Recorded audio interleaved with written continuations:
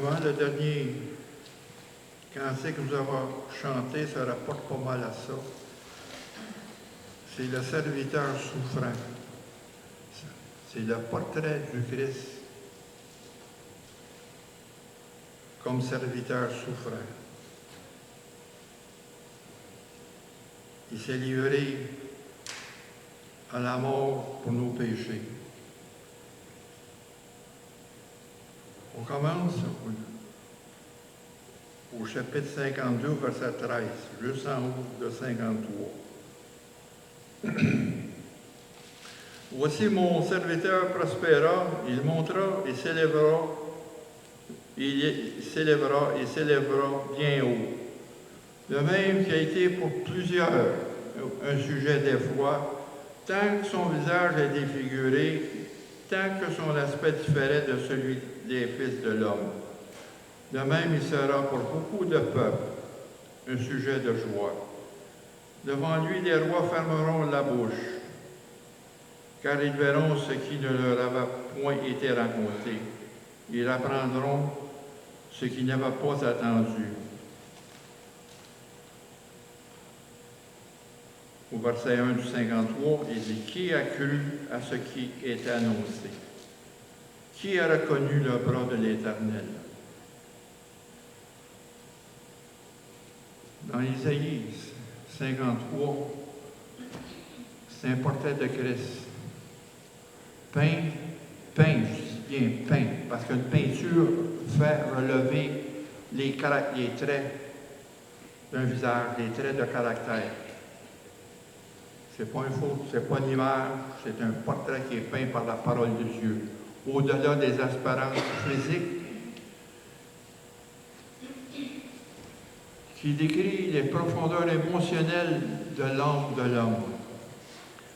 Regardez au verset 11, dans le chapitre 53. C'est à cause du travail de son âme. Il rassasiera ses regards. Le travail de l'âme. Car ça décrit les profondeurs émotionnelles de l'homme qui était Jésus. La description, c'est la vraie nature de la personne qu'il est. Cette description est inspirée par la parole de Dieu et vive de tout détail. Regardez dans le verset 4 et 5. Cependant, ce sont nos souffrances qu'il a portées. C'est nos douleurs qui s'est chargé. Et nous l'avons considéré comme puni, frappé de Dieu, ému et humilié. Mais il était blessé pour nos péchés, brisé pour nos iniquités. Le châtiment qui nous donne la paix est tombé sur lui.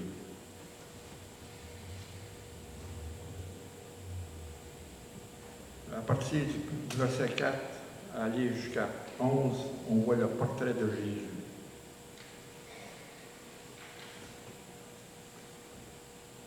Quand il a dit au verset 1, « Qui a cru à ce qui avait été annoncé? Qui a reconnu le bras de l'Éternel? » Parce qu'au verset 8,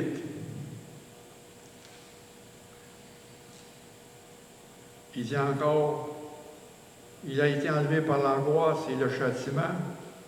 Parmi ceux de sa génération, qui a cru?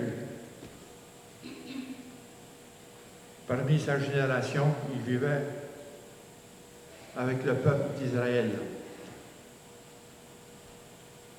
Il lui a apporté le salut au peuple d'Israël et aux autres nations.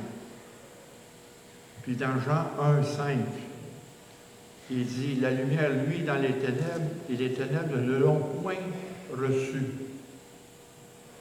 Et au verset 11 dans Jean, au chapitre 1, il est venu parmi les siens, et les siens ne l'ont pas reçu. C'est pour ça, ici, il dit, parmi ceux de sa génération, qui a cru qu'il a été retranché de la terre des vivants et frappé pour le péché de mon peuple? Puis ici, dans Isaïe, quand il marque le nous, il parle d'Israël. Le nous, c'est son peuple.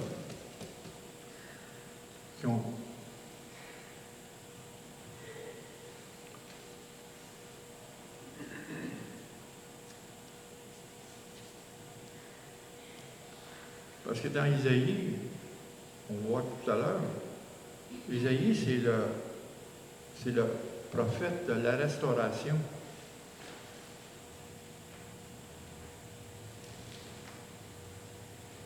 Et dans Isaïe, il parle de son serviteur, le germe de Dieu. Et au verset 14,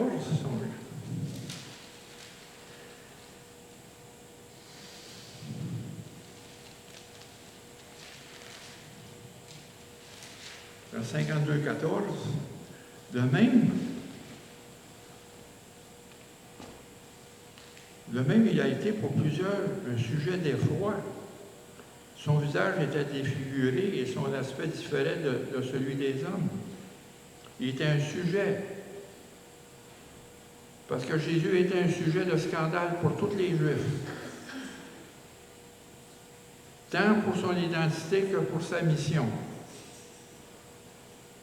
C'est pour ça que les siens ne l'ont pas reçu. Il était parmi les siens. Une lumière est venue par-dessus les siens, et la lumière, les ténèbres ne l'ont pas reçu. Et dans 1 Corinthiens 18, ils disent « Car la prédication de la croix est une folie pour ceux qui périssent. Mais nous qui sommes sauvés est une puissance de Dieu. Nous prêchons Christ crucifié, scandale pour les Juifs et folie pour les païens. » Scandale pour les Juifs. C'est pourquoi Jésus a commencé sa mission, il est un sujet de scandale, d'effroi.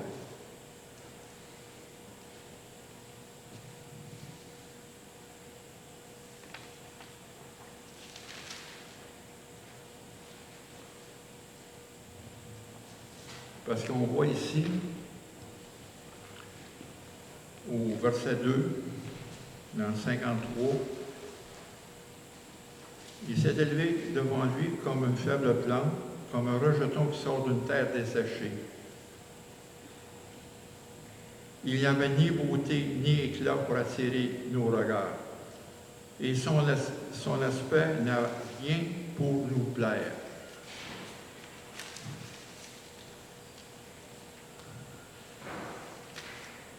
Ce qu'on regarde ici, il dit, il était comme un rejeton qui sort d'une terre desséchée.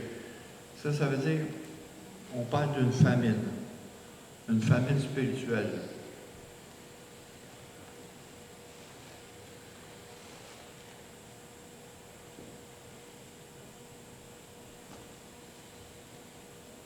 Puis, quand il dit ce qui nous était annoncé, le brou de l'Éternel,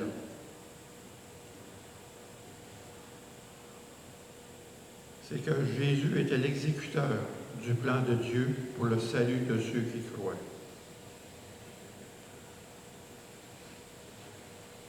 Dans 1 Corinthiens 2, 9, nous, comme il est écrit, ce sont des choses que l'œil n'a point vues, que l'oreille n'a point entendues, mais qui sont point montées au cœur de l'homme, des choses que Dieu a préparées pour ceux qui l'aiment.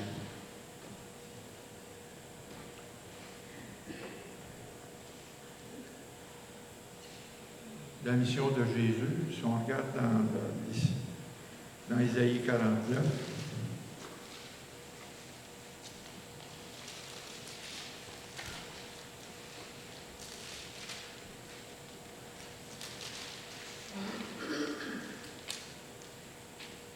au verset 1 à 3, il dit « Il, écoutez-moi, peuple lointain, soyez attentifs. L'Éternel m'a appelé dès ma naissance. Il m'a nommé dès ma sortie des entrailles maternelles. Il m'a rendu ma bouche semblable à un glaive tranchant. Il m'a couvert de l'ombre de sa main. Il a fait de moi une flèche aiguë.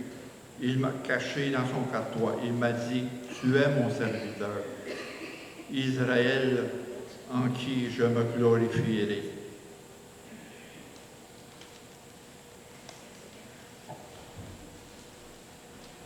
Puis dans le chapitre 42,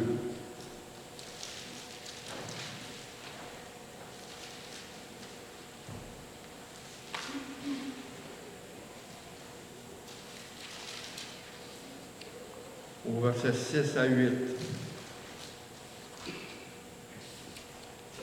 Moi, l'Éternel, je t'ai appelé pour le salut. Je te prendrai par la main, je te garderai, je t'établirai pour traiter l'alliance avec le peuple, pour être la lumière des nations. Donc, la mission de Jésus, c'était de ramener Israël à Dieu, apporter la lumière de Dieu et le message du salut à toutes les nations. Il était sur deux plans. La mission du Messie consiste à ce que toutes les nations entendent l'Évangile et de croire au serviteur, Fils de Dieu. C'est la mission de Jésus, la première mission. Parce qu'en premier, Jésus est venu pour sauver. Et plus tard, il va venir comme un lion dans l'Apocalypse. Il va venir comme un roi. Deux contrastes. Le premier est venu pour sauver, pour donner sa vie. Le deuxième venu, il est venu comme un roi, pour régner sur la terre et juger. Il est venu pour juger, et non pour sauver. C'est pour ça que Jésus, on l'appelle le bras de l'Éternel. C'est l'exécuteur du plan de Dieu.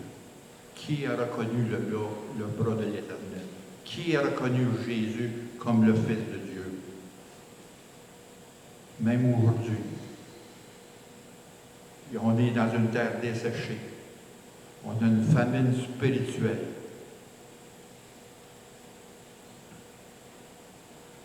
Une famine. On est dans un monde réellement séculier.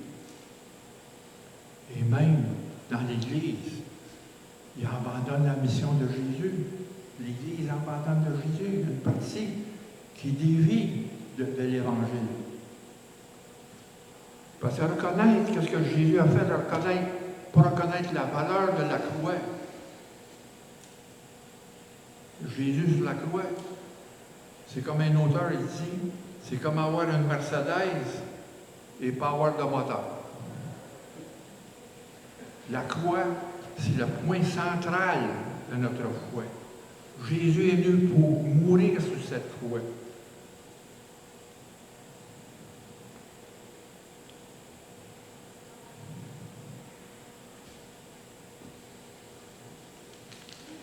On tombe ici, on continue à lire dans 53, à partir du verset 52.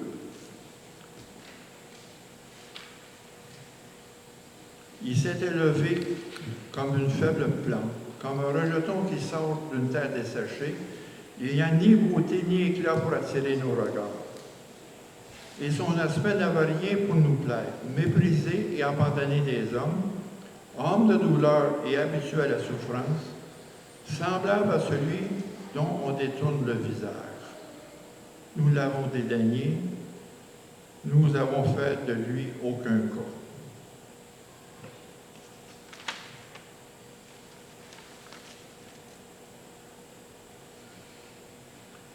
Dans Isaïe, en ce moment, dans le chapitre 53, vous avez deux divisions. De 1 à 3, c'est le portrait de Jésus souffrant. Et B, à partir de 4, aller jusqu'à 10, c'est sa charge. Ça veut dire sa mission.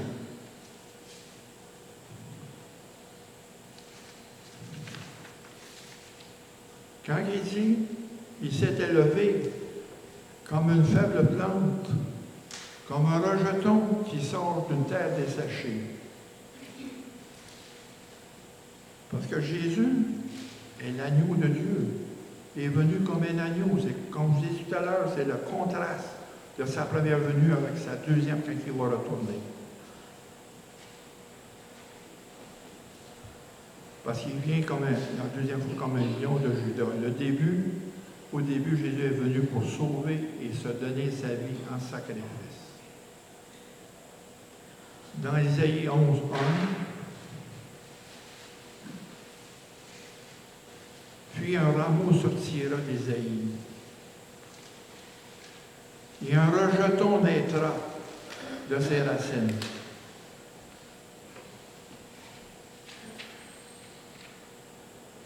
En ce jour, le rejeton d'Isaïe sera là comme une bannière pour les peuples. Il vient pas juste pour Israël, mais il vient pour toutes les nations apporter l'Évangile. Et dans Isaïe 41:17, non, c'est qu'on parle de Jésus comme un rejeton. Il est né d'une vierge. On voit ça dans Isaïe 7 et 8, né d'une vierge. Et le nouvel homme aussi est devenu une même plante avec lui. Nous sommes devenus une même plante. Avec lui, par la conformité de sa mort et par la résurrection, car le vieil homme a été crucifié avec lui sur la croix. Nous aussi, nous sommes une faible plante. Nous sommes une même plante parce qu'on est en Christ. On est dans son corps. Christ est en nous. Il vit en nous. Christ et nous faisons un avec Dieu. Parce qu'en Christ, nous avons la communion avec Dieu. Et nous sommes une faible plante. Et la terre desséchée, c'est une grande famine. C'est parce qu'il y a une grande sécheresse spirituelle qu'il y avait dans ce temps-là. Et aujourd'hui, on ressent cette grande sécheresse spirituelle. Dans Isaïe 53:8,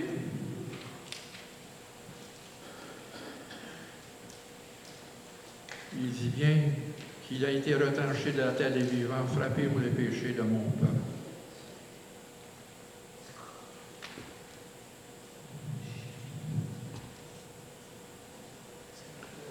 Et dans Isaïe 41:17, il dit, le malheureux et les indigents cherchent l'eau.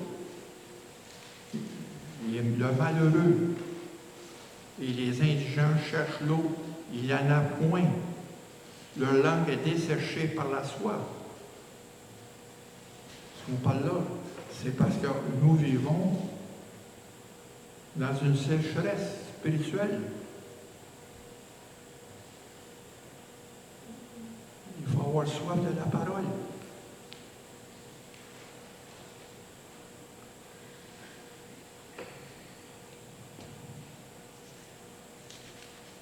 Ce qu'on dit que Jésus est venu dans une terre desséchée. Puis Jésus, si on regarde dans le verset 2, dans 52, il dit, il s'est élevé devant lui comme une faible flamme, un rejeton qui sort d'une terre desséchée. Il n'y avait ni beauté, ni éclat pour attirer nos regards. Et son aspect n'avait rien pour nous plaire. C'est la même chose qu'on regarde dans le verset 14, dans 52.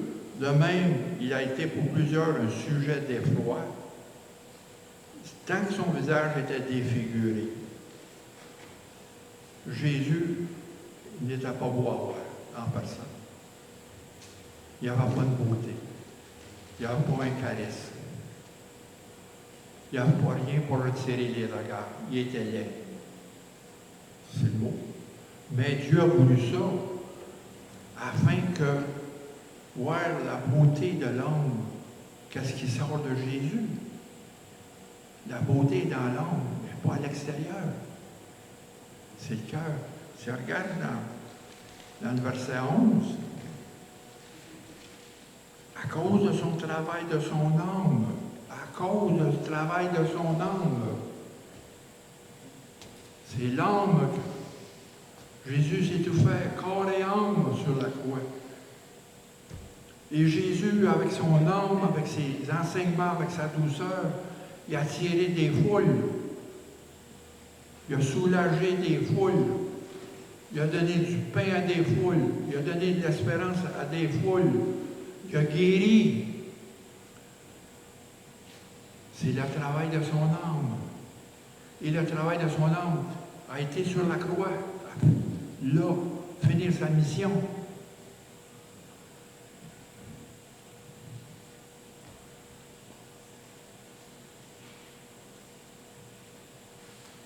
Et Jésus, au verset 3, dans 53, il dit « Méprisé et abandonné des hommes ». Jésus était rejeté et haï. Dans Jean 15, verset 18, « Si le monde vous haït, sachez qu'il m'a haï avant vous. » Et au verset 25, dans Jean 15, il dit « Mais cela est arrivé afin que s'accomplisse la parole qui est écrite dans leur loi. Ils m'ont haï sans cause. »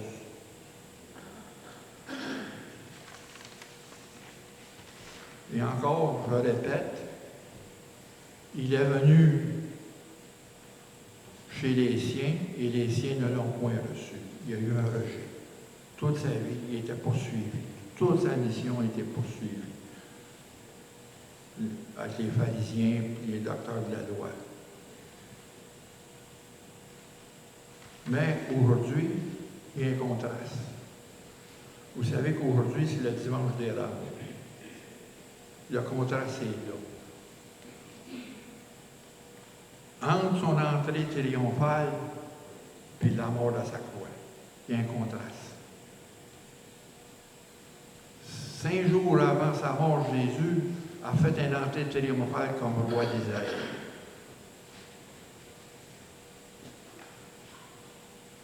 Sous les acclamations d'une grande foule. Hosanna, fils de David, Hosanna, roi d'Israël. Le peuple étendant des branches de palmier comme c'était la tradition chez les Romains. Quand un général romain gagnait une victoire, une grande victoire, à Rome, il paradait devant la foule. On étendait des palmiers sur son passage. Il allait jusqu'au prétoire de César pour recevoir sa couronne de laurier. Mais Jésus a reçu une couronne d'épines sur la tête à la place. 5 jours avant sa mort. Sa tête a été couronnée d'épines, une couronne d'épines que les soldats ont renfoncée en l'injuriant. Salut, roi des Juifs. Ils l'ont injurié, ils l'ont flagellé. Durant l'entrée triomphale de Jésus, ils disent dans l'Écriture, toute la ville fut émue. Toute la ville fut émue. Les chefs du peuple portaient envie. Ils cherchaient à le faire mourir. Ça, c'était le bout. Comme Hérode cherchait le roi qui devait naître pour l'éliminer, les chefs du peuple, sacrificateurs et le Sanhédrin, ont accompli ce que Hérode cherchait à faire. Le même peuple qui a reçu Jésus en héros, 5 jours avant, se retournèrent contre lui et l'abandonnèrent en criant « Crucifie-le ». Le même peuple. Et le même peuple était en spectacle en haut sur le calvaire. Ils ont assisté à Jésus. Ils ont vu la crucifixion. Le même peuple est content. Vous voyez le contraste qu'on donne. Le jour des rameaux, c'est le début de la semaine sainte. On commence par un triomphe de Jésus. Jésus s'est exposé comme le roi. Sion, regarde, ton roi vient vers toi, comme il dit un prophète. Et c'est les Écritures qui sont accomplies. Jésus s'est exposé, s'est proclamé le roi. Mais le roi vous revenir. Et si on lit du verset 4 du chapitre 53 dans Isaïe, si on retourne là,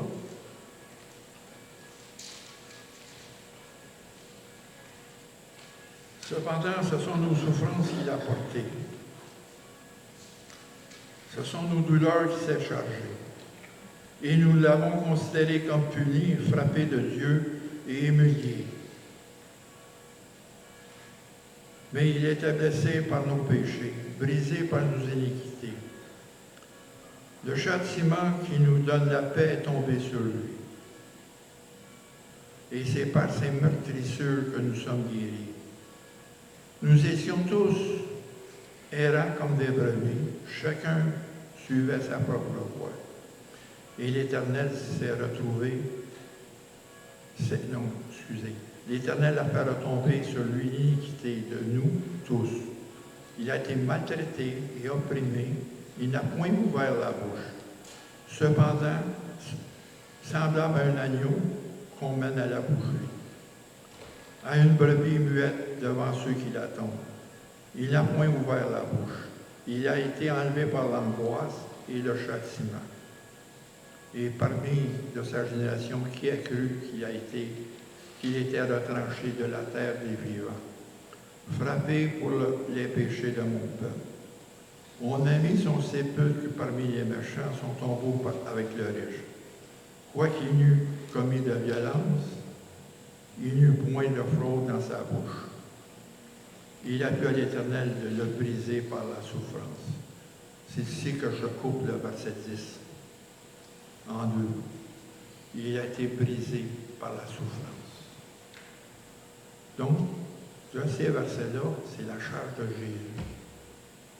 Porter nos péchés sur la croix, nos douleurs.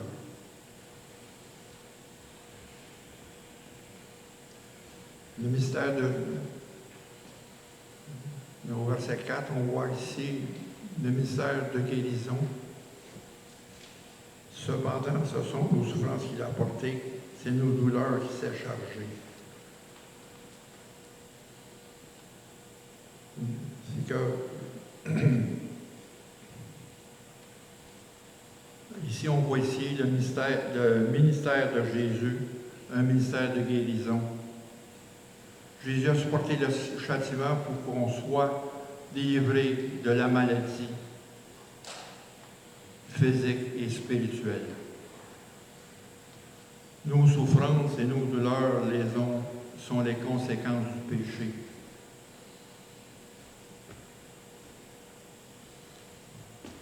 Si on va dans 2 Corinthiens, au chapitre 4,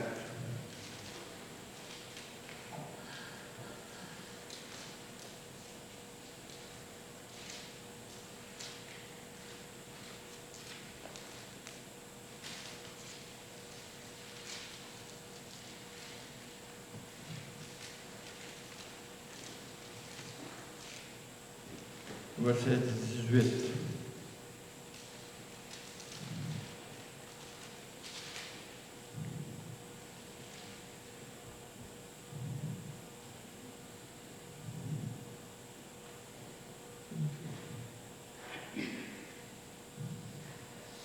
Au verset 17. Car nos légères afflictions du moment présent produisent pour nous, au-delà de toute mesure, un poids éternel de gloire. Et au verset 5, au verset 2, il dit « Ainsi nous gémissons dans cette tente, désirant revêtir notre domicile céleste, si du moins nous sommes trouvés vêtus, non pas nus. Car tandis que nous sommes dans cette tente, nous gémissons encablés, parce que nous voulons non pas nous dépouiller et nous revêtir, afin que ce qui est mortel soit englouti par la vie. » Et au verset 7, dans le chapitre 4, il dit « Nous portons ce trésor dans les vases de terre, afin que cette grande puissance soit établie à Dieu et non pas à nous. Nous sommes pressés de toute manière. » Verset 8. « Mais non réduits à l'extrémité. Dans la détresse, mais non dans le désespoir. Persécuté, mais non abandonné. Abattu, mais non perdu. Pourtant, toujours avec nous, dans notre corps, l'amour de Jésus, afin que la vie de Jésus soit aussi manifestée dans notre corps. Les souffrances, il a porté nos douleurs sur la croix. Et Jésus, dans sa mission, il a fait des guérisons. Et les guérisons qu'il a faites, ça supportait ses enseignements. Parce que quand il a guéri, c'est que c'était des signes qui venaient de Dieu. C'est par les guérisons. Ça supportait qui il était, le Fils de Dieu. Et dans nos douleurs aussi, c'est les douleurs de l'âme, comme on l'a vu tout à l'heure, où c'est qu'on est stressé, où c'est qu'on est réduit à l'extrémité, on est abattu, mais on n'est pas perdu.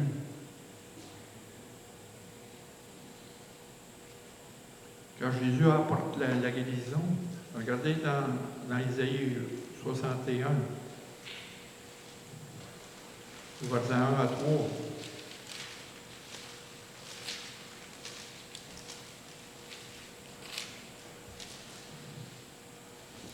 Il dit, l'Esprit du Seigneur, l'Éternel est sur moi, car l'Éternel m'a oint pour porter la bonne nouvelle aux malheureux.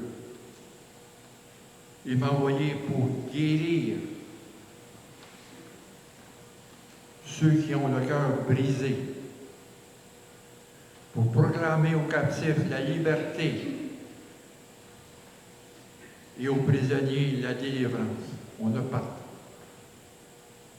Quand il parle de guérir, c'est aussi guérir physiquement et spirituellement.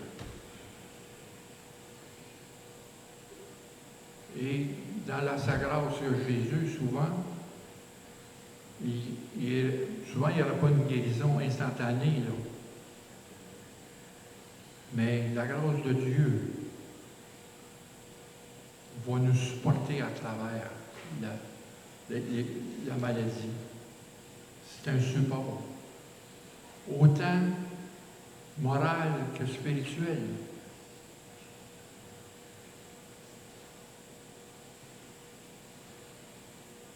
Quand Paul a prié 3 fois, s'est crié vers Dieu, « Seigneur, enlève-moi mon écharpe qui est dans ma chair. » Le Seigneur a dit, « Ma grâce te suffit. Ma gloire est dans les faiblesses. » Souvent, on a un obstacle devant Dieu. Dieu ne l'enlèvera jamais. Il ne l'enlèvera peut-être pas. Il faut passer à travers. On ne passera jamais par-dessus. C'est dans les épreuves, encore je répète, pour moi, l'épreuve est une enclume de Dieu pour affermir notre foi, pour s'approcher, est une enclume. Jésus martèle notre foi. Il faut regarder en haut. Et au verset 5, dans 53, et c'est par ces meurtrissures que nous sommes guéris. C'est qu'il apporte aussi la guérison, comme on dit tout à l'heure, physique et spirituelle.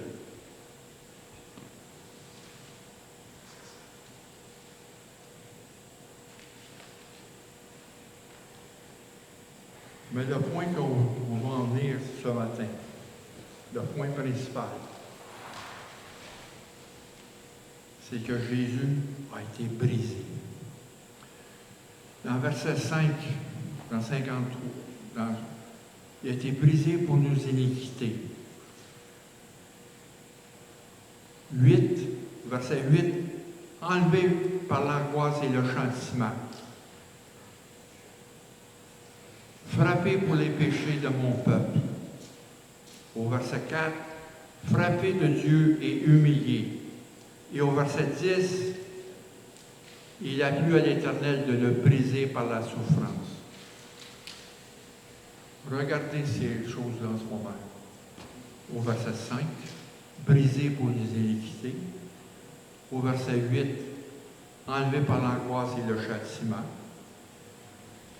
Frappé pour les péchés de mon peuple. Au verset 4, frappé de Dieu et humilié. Humilié. Jésus, comme disait en Philippiens, il s'est dépouillé. Il s'est complètement dépouillé.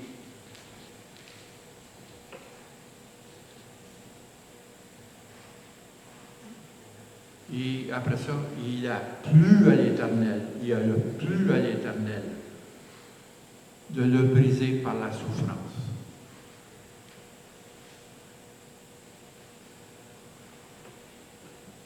Et ce qu'on voit, là, premièrement, il y a eu un corps brisé sur la croix.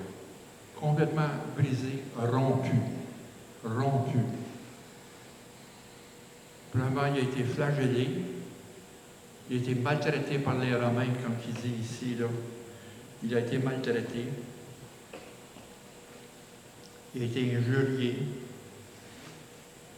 Il a été défiguré par le sang sur son visage à cause de la couronne d'épines. Son visage était plein de sang, parce que cette couronne était renfoncée. C'est l'image, il faut voir l'image de Jésus là, sur la croix. Il faut voir son image. Le portrait, écoutez, le portrait qui est peint.